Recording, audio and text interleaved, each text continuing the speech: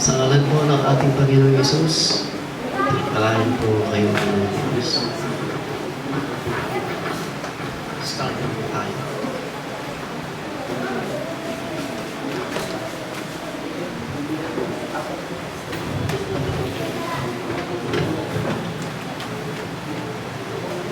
Nadala po yung ating pong paksa.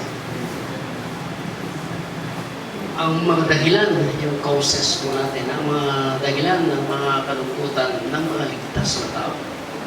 Ang pinapag-usapan po natin ngayon ay nakatuon sa mga ligtas na tao. Sa mga hindi ligtas na tao, isasantabi pansamantala. At hayaan yung pag-uusapan po natin ang mga kalungkutang dumarating sa buhay ng mga ligtas na tao. At ang ating mga bahagi ng kasulatan na ating pong ipapakita this morning ay matutunghayan natin sa iba't ibang bahagi po ng ating pong banal na kasulatan. Para po sa ating pasimula, huwag po sanang sabihin ng sino man sa atin na hindi po natin nararanasan yung bagay na yan. Huwag sanang sabihin ito sa ating puso na hindi natin nararamdaman ang lungkot o ang malungkutan o hindi dumarating sa atin ang bagay na ito. Dahil sa aking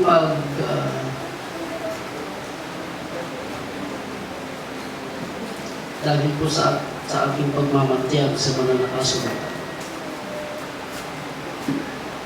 Ang maligtas na tao po ay hindi po nakakaiwas sa kalungkutan na yan. Ang sinasabi ng awit at ang pagkaan ay mas marami ang kalungkutan ng mga taong patutuin o mga ligtas na tao. Yun ang kanyang sinasabi ang mga nakasulatan. Bawat ligtas na tao ay mas marami ang kanyang naranasan kalungkutan. Alam natin na pagka dumating ang mga bagay na ito ay halos minsan talagang wala na tayong pinapakinggan pagka dumating yan sa atin. Yung bang nalulungkot tayo. Ang kalungkutan pagka dumating halos wala na rin tayo. Minsan baka madalas pa na wala na tayong nire-respeto ng tao pagka dumating ang bagay na yan. At nasasabi ko tuloy na ang kalungkutan pagka hindi maayos ang pagtanggap natin. Talagang binubulag tayo nito. Binibingi niya tayo. Ano yung binibingi? Wala na tayo pinapakinggan tao. Pinasabi ko halos wala rin nire-respeto ng tao. Pagka ang kalungkutan ay dumating. Kaya hayaan po ninyo. At minsan nga, bago makalimutan. Naging isang dito na minsan maingay ang mga ligtas na tao. Maingay. Marami siyang sinisising tao. Kung sino-sino at kung ano-ano mga bagay ang sinisisi. Kaya hayaan po natin ang banal na kasulatan na magbibigay po sa atin ng paalala kung saan nanggagaling ang mga ito at kung paano natin ito i-handle pagka dumating at kung meron man sa kasalukuyan ay kung paano natin ito panghawakang mabuti. Kaya sisimulan po natin na halongkatin ang banal na kasulatan kung saan nagmumula, kung saan nanggagaling ang mga kalungkutan ng mga matutuwid o ang mga ligtas na tao. Samahan po niya ako unang-una sa aklat ko na mga awit. Chapter 51. Gusto ko rin po ipakilala ang bahagi ng awit na ito. Ang bahagi ng awit po na yan na nasa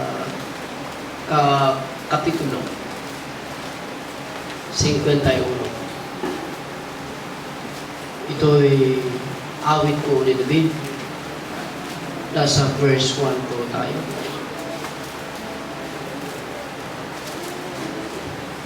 Ang bahagi nito ng awit ay awit ng isang malungkot na si David.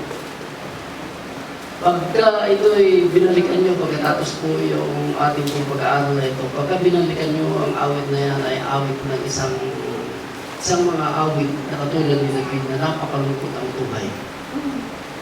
At ang isa nga dyan sa pinakahuli doon sa verse 12, ang kanyang masiglang buhay, pakikita nyo sa kanyang salita sa verse 12. Nandiyan na ba yung verse 12?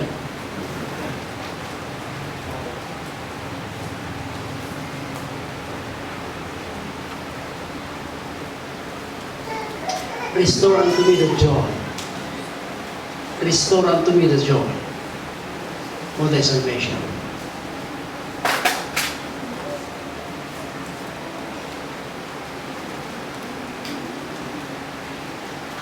Ang buhay ni David sa panahon na yan, nung nakuha niya itong sino yung asawa ni Uriah? Bathsheba. Yung kagalakan ng kanyang kaligtasan ay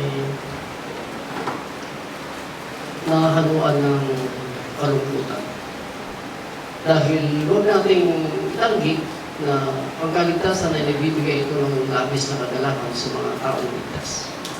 Ngunit, dumarating ang kalungkutan pagka isang tao ay nagkakasala.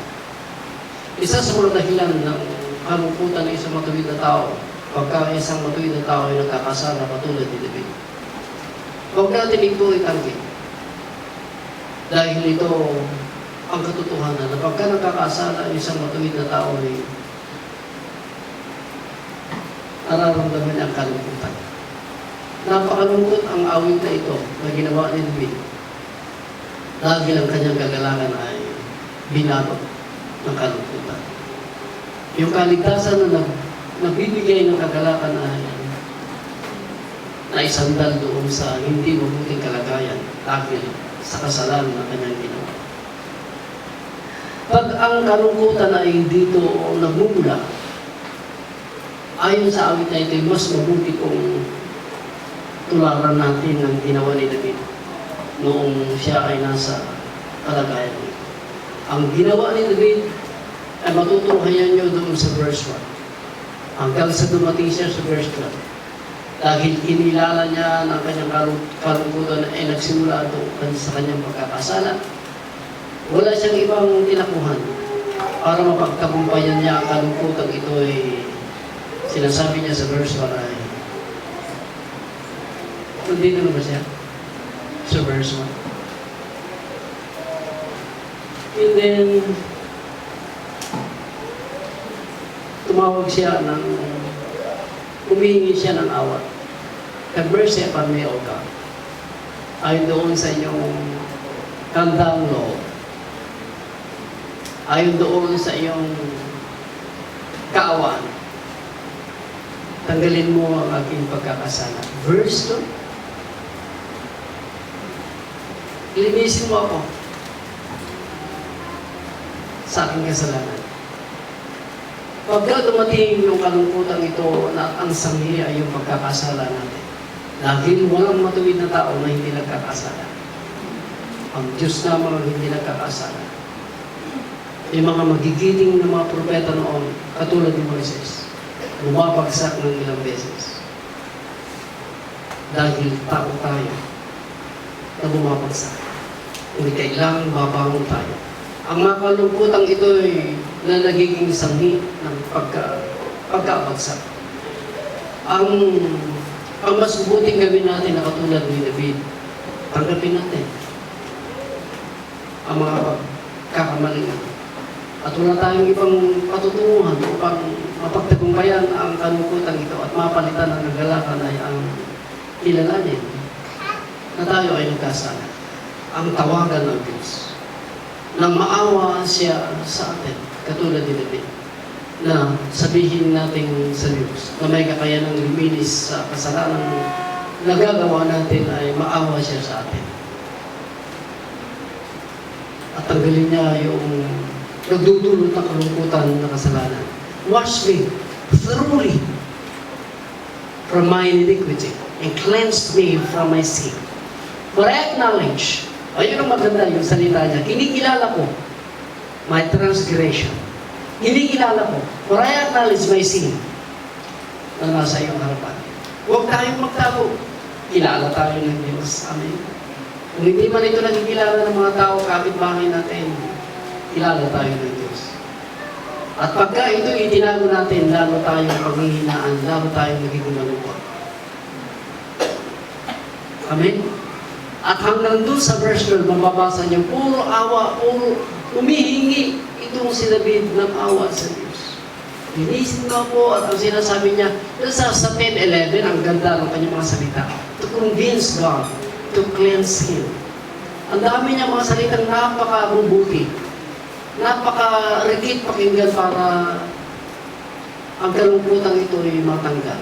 Nasa pa yun, create in me a clean heart. Di ba ito yung kinakanta natin?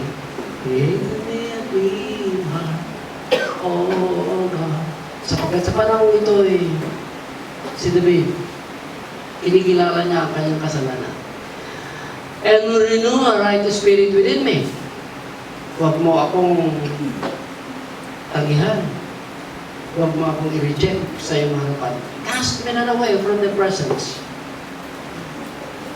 At huwag mong tanggalin ang banal mong espiritu sa akin.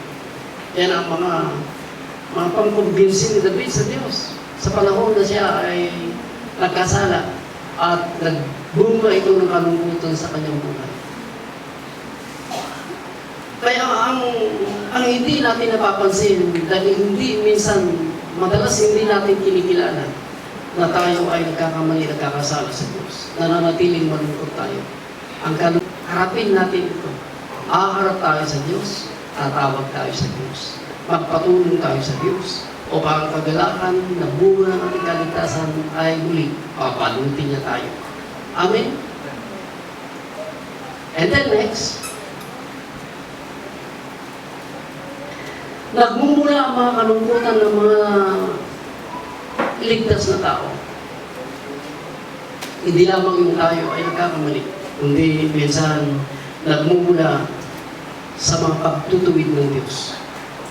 Minsan pagka itinuwid tayo ng Diyos, nalulungkot tayo. Minsan pagka itinuwid tayo ng ating mga magulang, katulad ng sa Diyos, ay ang kalungkutan ay nararamdaman natin. Tignan niyo mabuti ang sinasabi ni Pablo sa mga Hebrews. Doon sa kalungkutan na dumarating sa mga mananampalataya o sa mga ligtas na tao. Ang hindi alam ng mga ligtas na tao, tanggapin o hindi, pagka itinuwid tayo ng Diyos, alam niya na nalulungkot tayo. Amen? Dahil ang sinasabi ni Pablo, walang pagtutuwid na galing sa Diyos. Walang pagdidisiplina na galing sa Diyos na ikaw ay natutuwa, kundi talagang nalulumpay ka. And as we, in the book of Hebrews 12, verse 5, kung pwede ay doon tayo magsimula sa verse 5, 12, nagmumula, naging dahilan ang kalungkutan ng mga ligtas na tao pagka itinutuwid siya ng Diyos. At tingnan natin kung anong dapat natin gawin pagka ang pinagulang ng ating kalungkutan ay ang pagtutuwid ng Diyos. Verse 5, and you have forgotten, at nakalimutan ninyo ang paalala, and you have forgotten the exhortation which is speaking unto you as unto a children. My son, ang sinasabi ng Old Testament, kinuha ito ni Pablo para sa kanila. My son, despise not thou chastening of the Lord. Huwag mo iiwan ang makala. From thou the chastening of the Lord, nor faint, huwag kang panghinaan, when thou art rebuked of Him. Pagka nire-rebuke ka ng Diyos, huwag kang panghinaan. Dahil, ang sinasabi ni Apostol Pablo, pinamahal kasi ng Diyos ang kanyang sinasaway. And pagka sinasaway ka ng Diyos, pinamahal ka ng Diyos. Pero pagka hindi na dumarating ang pagsaway, ayaw ka na ng Diyos. Bakit ayaw ka na ng Diyos? Dahil ayaw mo na ng saway. Ano po? Habang nakikita ng Diyos, habang inaangkin niya o tinatanggap pa niyang anak, ay nagpapatuloy ang pagsaway ng Diyos. Dahil sino ang magulang ng sinasabi niya? Mabuting magulang ha? Na hindi niya sinasaway ang kanyang anak. Sinasabi ni Pablo, and then chastening of the Lord nor faint, o kapag ginawin thou art rebuke of Him, sapagkat for whom the Lord loveth chasteneth, ang kanyang minamahal ay kanyang pinarurusan. Discorded, every son whom He receiveth. Kaya pagka ito ay inyong nagtyaga ka yan, hinayuan mo yan, ay bibilang kang anak. Sino ba ang anak na hindi itinutuwid ng kanyang ama? Ang sinasabi niya sa verse 16, but if you be without chastisement, pagka wala na, pagka hindi na kayo tinutuwid, ay kayo ay bastardo na. Hindi na kayo pinapagkat. Furthermore, meron tayong mga magulang sa laman na itinutuwid nila tayo, corrected, and we give them reverence. And respeto natin ang mga magulang natin na itutuwid sa atin. Hindi ba mas ang Diyos na buhay ang dapat natin mabigyan ng respeto? For they, ang ating mga magulang, ating mga parents, verse 12, for a few days, chasten us after their own pleasure. Ang mga magulang natin, sabi ni Pablo, sa mga araw, may mga araw, ang ating mga magulang ay itinutuwid nila tayo. Eh, yun ay ang kanilang sarili. Para sa kanilang sarili. Pleasure. But He, ang Diyos, for our profit, that we might be partakers of His holiness. Dahil, now to chastening for the present seeming to be joyous, that but grievous. Doon nagmumula minsan o di kayo madalas na tayo ay hindi masaya. Dahil itinutuwid tayo ng ating mga magulang, yes, hindi tayo masaya. Ganun din ang Diyos pagka tayo itinutuwid. At minsan hindi natin alam kung anong uring pagtutuwid, anong paraan ng Diyos para ituwid tayo doon sa ating mga mistakes. Pero ang tandaan natin, pagka tayo itinutuwid ng Diyos, panghawakan natin mabuti ito, ang sinasabi niya, para ma-handle natin mabuti, pagka tayo ay tinutuwid ng Diyos, ay huwag tayong panghinaan. At libang doon, alalahanin mo na yung katwiran ay makukuha natin. Yung kabanalan ay makukuha natin habang itinutuwid tayo ng Diyos. At habang itinutuwid tayo ng Diyos, dumadaan tayo noon, ay ang sinasabi niya rito, and verse 10, for they verily a few days chasten us, our parents, after their own pleasure, but He, the Lord, for our profit, pakinabang ito sa atin pagka itinutuwid tayo ng Diyos, that we might partakers of His holiness. Kuha natin ang kanyang kabanalan. Now, no chastening for the present seeming to be joyous, but grievous. Nevertheless, after it, magbubunga ito ng mapayapa. Sabi, peaceful fruit of righteousness unto them which are exercised thereby. Kaya, habang ang Diyos ay, ang punishment niya na sa atin, doon sa ating mga pagkakamali, huwag tayong panghinaan ulit. Magiging matatag nawa tayo, o sinasabi niya sa verse 5. Faint na. Pagka tayo ay kanyang pinagwiwitaan na ating ikinalulungkot. At ibang doon ang kanya sinasabi dito ay hindi lamang yung isipin natin na ang kabanalan ay dumarating sa atin, yung katwiran ay dumarating sa atin, nagbubunga ito ng kapayapaan sa atin. Ang sinasabi niya rito, wherefore, verse 12, wherefore, lift up the hands, which hang down. Pagka tayo ay dinidisiplina ng Diyos, itaas natin ang ating mga kamay. Pag minsan ayaw na natin itaas ito sa Diyos. Itaas nyo ito sa araw, itaas nyo ito sa hapon, itaas nyo ito sa gabi. Dahil ang pagtataas natin sa ating mga kamay ay nagsisimbolo na tanggap natin anuman ang mga parusa na binibigay sa atin ng Diyos. Minsan pagka tayo nagkakamali sa Diyos, naninisi tayo. At pagka dumating na yung kanyang pagpaparusa, naninisi tayo. Sino-sino lang ating sinisisi. Unang-una, dapat ang ating kaisipan ay ang sinisisi natin ay ang ating sarili. Kami, bago ang iba. Bakit kung kinain ang unang kahoy? Yung bunga niya na aking pinababawal. Yung kung yung babae ako, ang ulit mo. O bakit mo kinain naman babae? Pagka nagkamali na tayo, unang-unang tingnan natin ay ang masisisi dapat ay ang ating sarili. Wala na. Unang-una ay sa atin. Pagka dumating, pagka pinaparusahan tayo ng Diyos, sa hindi natin minsan na naaalala at nangalaman na tayo pala nagkamali at dumarating yung mga ganitong hindi magandang pangyayari sa ating buhay. Tulapin na natin. Nagdidisiplin na tayo sa ating mga anak, tapos ikaw, tayong mga matuwid na tao, ayaw natin. Kinaawal ko na pangunguday ka. Kaya tuloy mag-disiplina, pagka didisiplina ka ng Diyos, ayaw mo. Ganun tayo. Dapat tanggap natin lahat ito. Ang gawin nyo, ang sinasabi na Apostol Paul, pamahandal natin, lift up the hands. Nakakababa na. Dahil dinidisiplina ka na ng Diyos, ayaw mo na. Tapos mo yan. Magpakalakas ka, sinasabi na Apostol Pablo.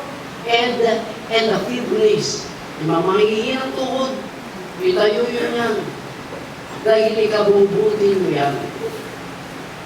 At ang sinasabi niya, and make straight path for your feet. Gumawa ka ng paraan na ang daan mo yung mapapabuti.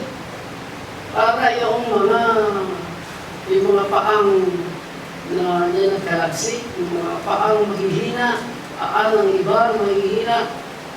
And make straight paths for your feet, lest that which is lame be turned out of the way, but let it rather be healed.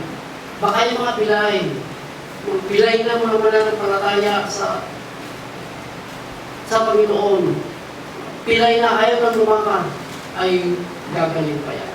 Para maglakad sa tamang landas. And make straight path for your feet, lest that which is lame be turned out of the way, but let it rather be healed. Pagka tayo ay tumayo, magiging sanhi ito o magiging dahilan na ang mga iba na ayaw ng lumakad pa ay muling lalakad. Gagaling at gagaling. Tanggalin natin, magpalakas tayo pagka tayo ay tumutuloy ng Diyos. Dinidisiplina tayo ng Diyos. Next, brother, na magiging ipakita natin ang isa sa mga dahilan na bakit dumarating ang mga kalungkutan sa buhay natin mga mananampalataya pagka ang ating pananampalataya ay sinusubok ng Diyos. Ang pananampalataya ng bawat isa, malalaking pananampalataya, maliliit na pananampalataya, ay sinusubok ng Diyos. At ang mga pagsubok na ito ay nagiging sanhi ng mga mananampalataya noon na sila ay nalulungkot. Babasahin natin. In the book of 1 Peter chapter 1, read me, nandito na pa siya. Wherein you greatly rejoice, doon sa mga bagay-bagay na nakahanda sa ating pagdating ng araw. Ngunit, sa ngayon, sa panahong maikli, if need be, you are in heaviness. At itidagsan ng puso. Hindi maluwag yung ating pakiramdam. Nalulungkot tayo. Meron tayo trial of your faith na mas mahalaga kaysa sa ginto na nasisira. Ang ginto ay nasisira. Mas mahalaga ang ating pananampalataya kaysa sa ginto na nasisira. Though it be tried with fire, yung faith natin, sinusubok katulad ng apoy, might be found unto the praise and honor and glory at the appearing of Jesus Christ.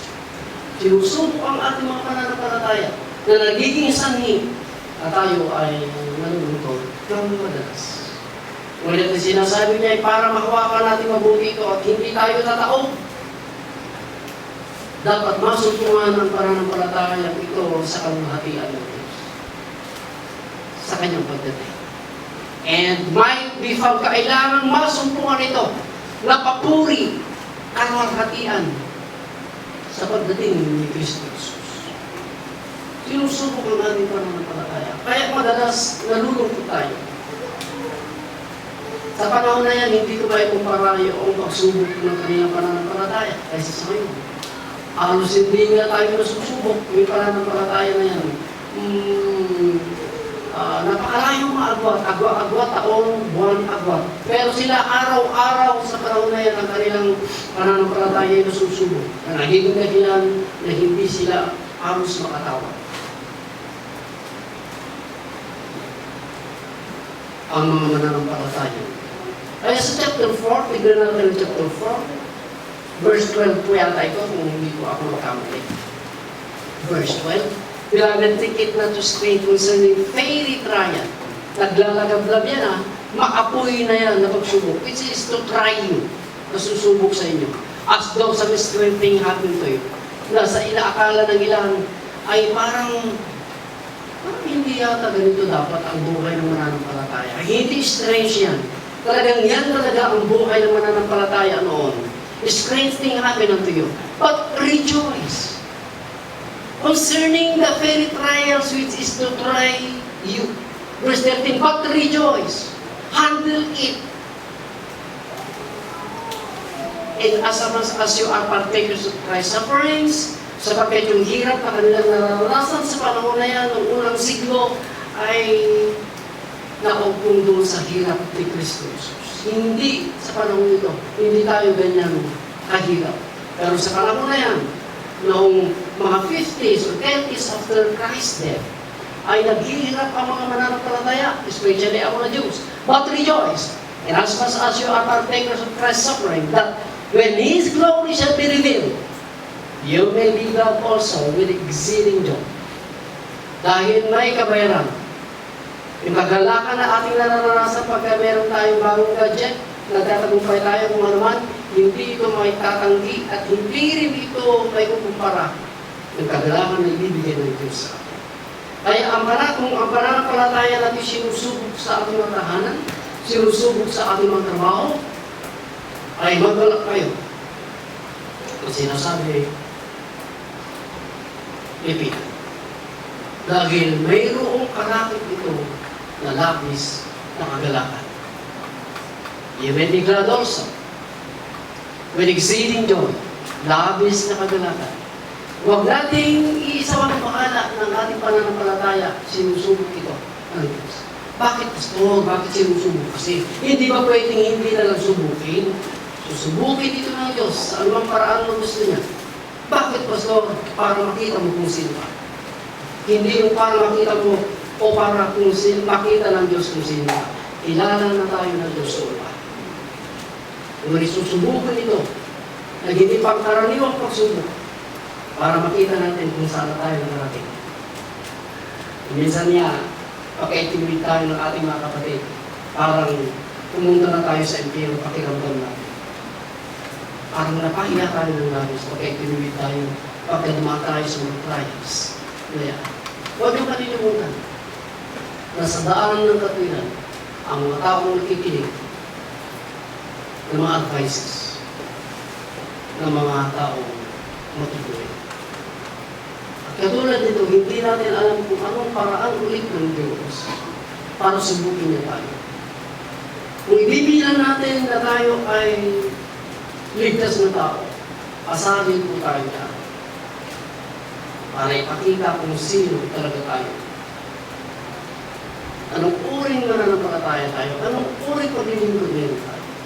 Kaya madalas, kinalulungkot po natin. Ngunit, para mapanghawakan natin mabuti yan, meron pong naghihintay na hindi kayang ibigay ng daigdig. Yung kagalakan, kapayapaan, isa lang tayo tagumpay na hindi kayang ibigay ng daigdig. Ang Diyos po ang magbibigay. Pinakahuli yata itong umubuksan ko. Ito na yata yung pinakahuli. Hindi ko alam kung siya na. Diba? Okay, ano na. Romans. Tignan niyo kung anong uring kalumbayan meron ito. At ito sinasabi kong kakaunti. Ang may kalungkutan dito. Maganda ito. Kakaunti lang ang meron ito. At mamili kayo kung gusto niyo. Ang kalungkutan. Na ito kung pwede. I say the truth in Christ. Hindi ako nagsisinungaling, sinasabi ni Pablo sa mga taga-Roma. My conscience also bearing me witness in the Holy Ghost that I have a great, meron akong bigatin sa aking heart. At ito ay tuloy-tuloy ito. Continual sorrow in my heart. At yung kalungkutan ko na yan na nasa aking puso ay mas para ma-remedyohan, para matanggal ito. Kung pwede lang sana. Yung kalungkutan na nasa akin ay ang remedyo ko iyan na lang. Ang aking sarili ang matanggihan at ang aking mga kamag-anak ay tanggapin ni Jesus. Sapagkat ang nais ni Apostol Pablo ay maligtas ang kanyang kamag-anakan. Kahit hindi ako maligtas. Maligtas lang ang aking kamag-anakang mahulyo. Dahil ang kalungkutan ito na nais niya ay maligtas nawa ang kanyang mga kamag-anak na hudyo. Yun ang kanyang ikinamigol ito. Ang salvation ng kanyang kamag-anakan. And that I have a great heaviness and continual sorrow in my heart. But I could wish that myself be accursed from Christ, for my brethren, my kinsmen, according to the flesh, sapagkat hudyo rin siya, ay dapat sila maligtas. Chapter 10, verse 1, ito po ang kanyang ninanais sa kanyang buhay. At ito ang kanyang labis na kinalulungkot. Brother, my heart desire. Yan ang nais na aking puso at nanalangin ako para sa kanila, nanalangin ako sa Diyos na sila ay maligtas. Chapter 9, nagpatuloy si Pablo. At hanggang doon sa chapter 11, verse 14, nagpatuloy si Pablo na kahit sana maligtas ko ang ilan. Chapter 11, verse 10, nandiyan po. At bihira po yung may ganitong ganyatin. Na sa araw-araw ay meron siyang nararamdaman. Hinahanap ko na nga rin na aking mga kamag-anakan, nasa na aking mga kamag-anakan. Liligtas ba ang aking kamag-anakan? Hindi kasi ko na sa lakad niya din. Si Pablo, mahalaga ang kanyang pamilya. Pero sa ating minsan ay hindi mahalaga. Kaya walang dalagsin dito. Walang bigatin. Walang nagbibigay ng pagkukulang. Dahil malayo sa kanilang puso ang magkaroon ng bigatin manukutan tungkol sa kaligtasan ng kanilang mga kamag-anakan at kanilang mga kapwa. Napakagandang manatili ito sa ating puso. Na huwag nang matanggal pa ang kalungkutan ito. Yung nais natin hindi lang ang ating mga kamag-anakan o ating mga pamilya, kundi ang ating kapwa-tao ay maligtas na ako. At ito po ang ating iiwang salita, brethren, sa anumang pangyayari sana, sa anumang dahilan na ang ating kinalulungkot ay manalangin tayo sa Diyos. Kahit anong paraan, kahit anong dahilan sana maging sanahin ang ating kalungkutan ay humiling tayo sa Diyos. Humiling tayo sa banal na Espiritu na alimin tayo. Dahil ang may kakayanang umaliw sa atin ay ang banal na Espiritu doon sa kalungkutan. Isasama natin ang salita ng Diyos. Pagka tayo ay nasa panahon na yan, na tayo ay tuliro pa yun, yung confusion, confuse tayo. Yung sa panahon na tayo po ay sa panahon na tayo ay nalilito, sa panahon na mayroon tayo takot. Sa panahon na tayo ay natutubo. Ang banal na Espiritu ay may kakayanang alimin tayo. At huwag na rin yung kalilimutan ang salita ng Diyos ay kailangan natin lumakas. Sinasabi ng Panginoong Yesus sa mga tao noon na pagka ginagawa natin ang kanyang salita ng Matthew 7 verse 24-26, dumating man yung mga kalungkutan na yan, mananatili tayong matatag. Lalampas ang mga bagay nito, ang mga kalungkutan ito ay lalampas sa atin na hindi tayo babasa. Dahil ang salita ang nagiging haligi natin. Isang napakalaki at napakatibay na bato ito sa ating buhay. Na pagka narinig At akala basa, sinisikap natin ginagawa ito. Ang papuri ko sa iyo lamang, Diyos, dahil ikaw ang lumikha, ikaw ang nagligtas ko sa amin, ikaw din po ang nagbigay ko sa amin ng pribilehiyo ng paglingkuran ka. Kaya ako po, Diyos, sa mga panunggutang ito, saan man ito manggaling, ay mapagtagumpayan po namin. Bigyan mo po kami ng husay para i-handle po ito. Hindi lamang po ito para sa amin, kundi sa mga taong nakapaligid po sa amin. Salamat po kami ng Diyos sa mga ng aming Panginoon Jesus.